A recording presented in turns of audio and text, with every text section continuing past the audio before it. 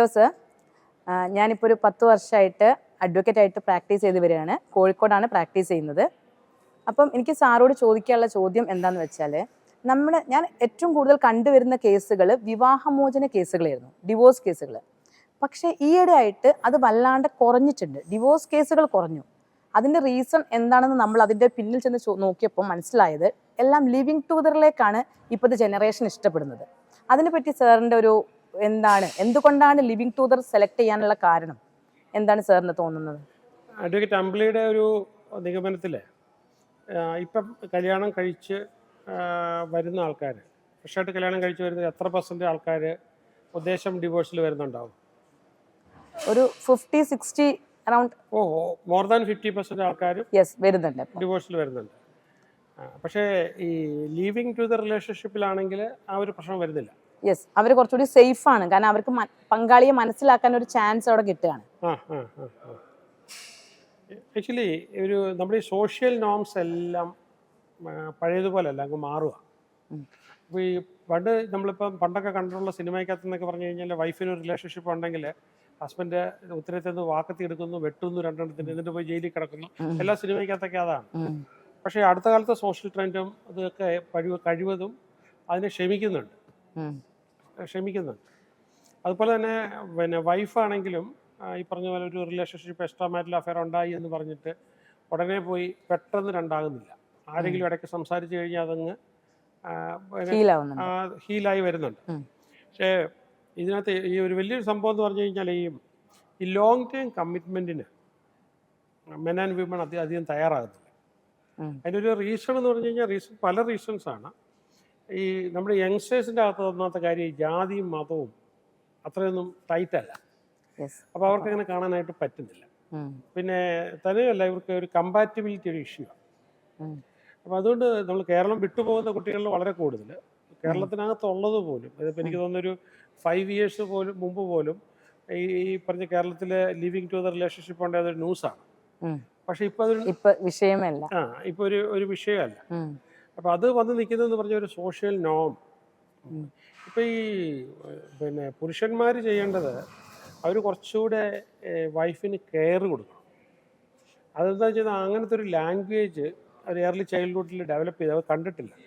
ഒരു sub conscious modelling അതിനകത്ത് വരുന്നത്.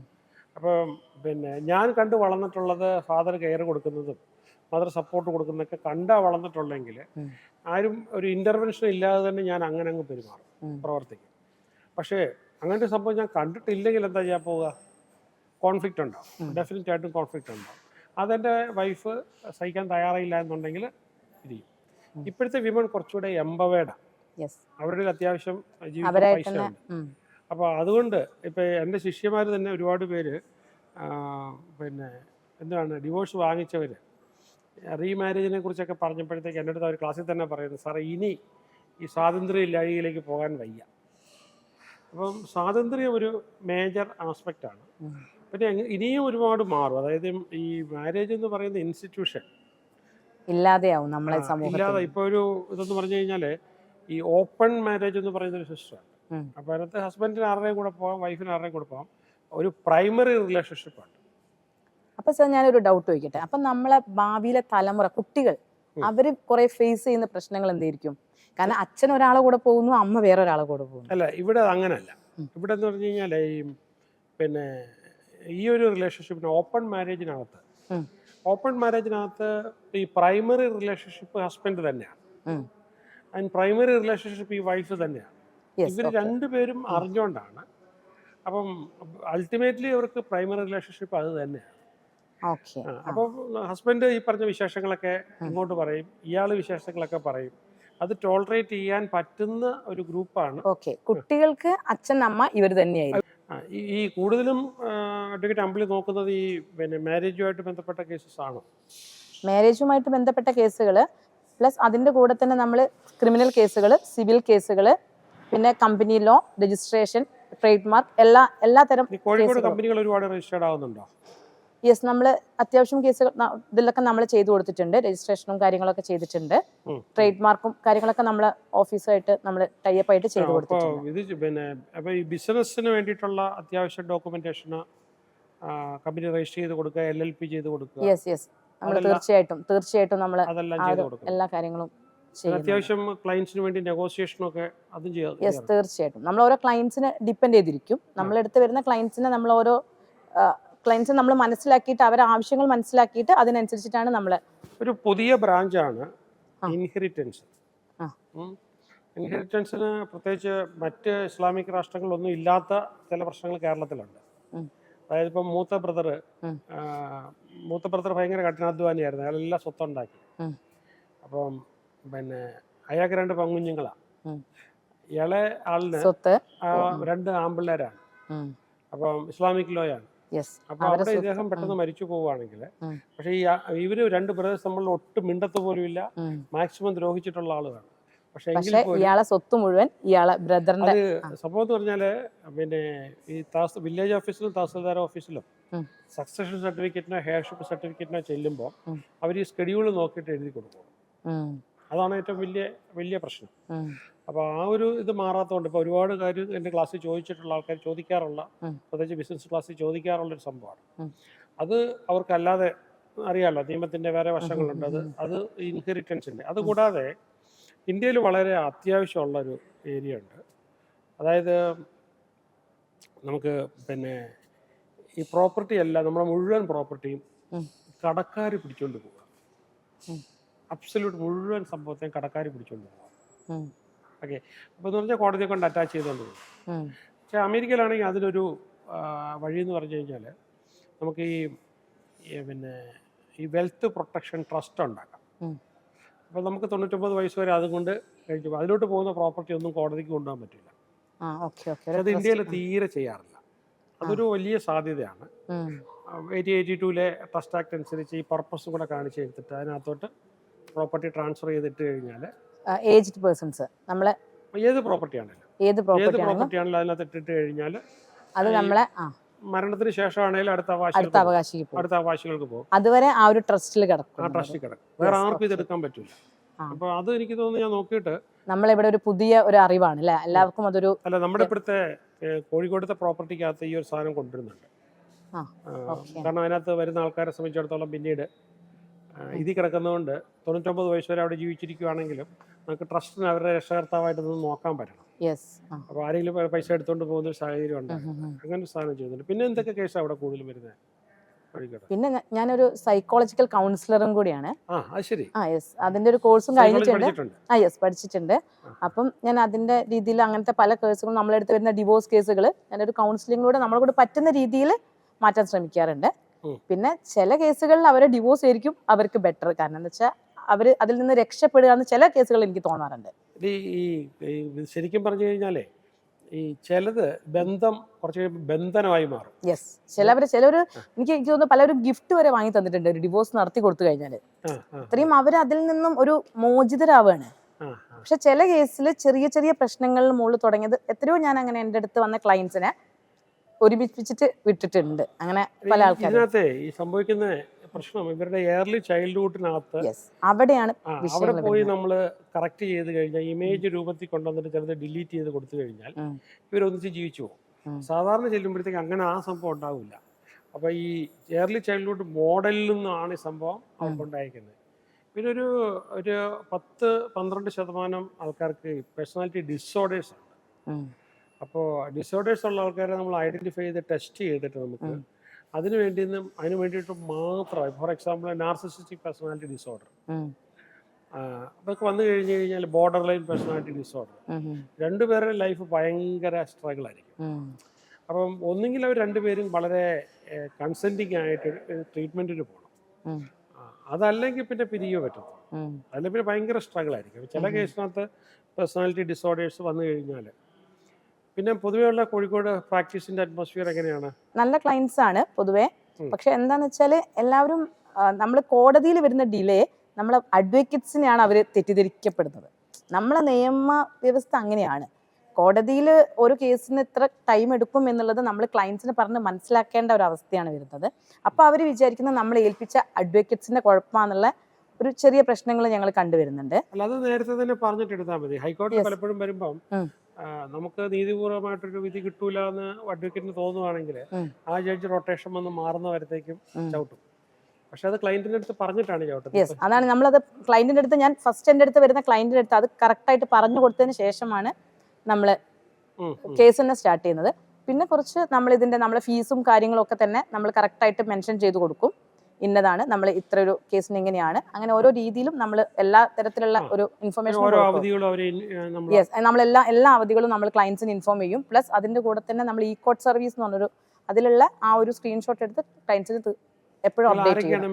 നിങ്ങളുടെ ഓഫീസിനകത്ത് മെയിൻ ആയിട്ടുള്ളത് നമ്മൾ സിവിൽ ലോയേഴ്സ് ഉണ്ട്, ക്രിമിനൽ ലോയേഴ്സ് ഉണ്ട്, പിന്നെ MACT കേസുകൾ ചെയ്യുന്നുണ്ട്, പിന്നെ കമ്പനി ലോസ്, ട്രേഡ് മാർക്ക്, അങ്ങനെ എല്ലാ ടൈപ്പ് ഓഫ് കേസുകളും. മാരേജിന്റെ ആയിട്ട് സ്പെഷ്യൽ ആയിട്ട് നോക്കുന്നുണ്ട് അല്ലേ? യെസ്, ഡിവോഴ്സ് കേസ് ചെയ്യുന്നുണ്ട്. പ്ലസ് അതിന്റെ കൂടെ തന്നെ കൗൺസിലിംഗ് കൂടി ചെയ്യുന്നുണ്ട്. യെസ്, കാരണം എന്താ വെച്ചാൽ എനിക്ക് മനസ്സിലാക്കാൻ പറ്റും, കൂടുതലായിട്ട് നമ്മളെടുത്ത് വരുന്ന ഡിവോഴ്സ് കേസിൽ ശരിയാക്കാൻ ക്യൂർ ചെയ്യാൻ പറ്റുന്നതാണെങ്കിൽ എന്നെ കൊണ്ട് പറ്റുന്ന രീതിയിൽ ഞാൻ അവരെ തീർച്ചയായിട്ടും മാറ്റാൻ ശ്രമിക്കുന്നു. നല്ല ക്ലയൻസ് നോക്കുന്നതേ ഫീസിന്റെ കുറവല്ല. ഒരു lawyer somebody we can trust ഏൽപ്പിച്ചു കഴിഞ്ഞാൽ നമ്മൾ വിളിക്കുകയോ ഫോളോ അപ്പ് ചെയ്യുകയോ ഒന്നും ചെയ്തില്ലെങ്കിലും കറക്റ്റ് അവിടെ ആ കാര്യങ്ങൾ നടന്നോളും. എന്നിട്ട് നമ്മളെ വാട്സപ്പ് വഴി അങ്ങനെയാണ് ഇൻഫോം ചെയ്യും. അപ്പോൾ ചോദിച്ചു കഴിഞ്ഞാൽ കറക്റ്റായിട്ട് പൈസ അവർ കൊടുക്കും. പക്ഷേ അവർ അബ്സല്യൂട്ട്ലി എസെൻഷ്യൽ ആയിട്ടുള്ളപ്പോൾ മാത്രമേ അവർ കോടതിയിൽ വിളിക്കാവൂ എന്ന് പറയുന്നൊരു ഇതാണ്. അപ്പോൾ പലപ്പോഴും പല ലോവർ കോർട്ടിൽ എന്ത് വെച്ച് കഴിഞ്ഞാൽ ഈ ക്ലയന്റ് കൂടെ വന്നില്ലെങ്കിൽ വക്കീലിന് ഫീസ് കൊടുക്കില്ല. അതൊരു വലിയ വിഷയം തന്നെയാണ്. അപ്പോൾ അതുകൊണ്ട് എല്ലാ പ്രാവശ്യവും വന്നോളാൻ പറയും. ഇപ്പൊ പ്രത്യേകമായിട്ട് കാണണമെന്ന് പറഞ്ഞെങ്കിൽ മാത്രമേ, അപ്പൊ മാത്രമേ അഡ്വക്കേറ്റ്സ് ജീവിക്കണ്ടേ. സർ, അതിന്റെ മെയിൻ വിഷയം എന്താന്ന് വെച്ചാല് ക്ലയൻസ് വരുമ്പോഴാണ് അവർക്ക് ഇതിന്റെ ബുദ്ധിമുട്ട് മനസ്സിലാവുന്നത്.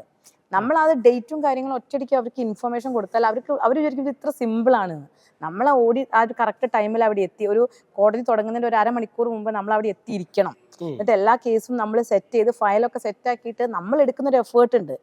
അതിൽ ഇന്ന് എന്തൊക്കെ ഹിയറിംഗിൽ പറയാനുണ്ട്, ഇന്ന് എന്തൊക്കെ എവിഡൻസിൽ നമ്മൾ പ്രിപ്പയർ ചെയ്യണം, ആ സാധനങ്ങൾ മുഴുവൻ നമ്മൾ റെഡി ആക്കിയതിന് ശേഷമാണ് നമ്മളൊരു കേസിലേക്ക് ഒരു കോടതി തുടങ്ങുമ്പോൾ നമ്മളൊരു ഹാർഡ് വർക്ക് അവിടെ കിടക്കുന്നുണ്ട്. അത് തീർച്ചയായിട്ടും ഒരു ക്ലയന്റ് വന്നാൽ മാത്രമേ അവർ അതിന്റെ ഒരു എഫേർട്ട് മനസ്സിലാക്കുള്ളൂ.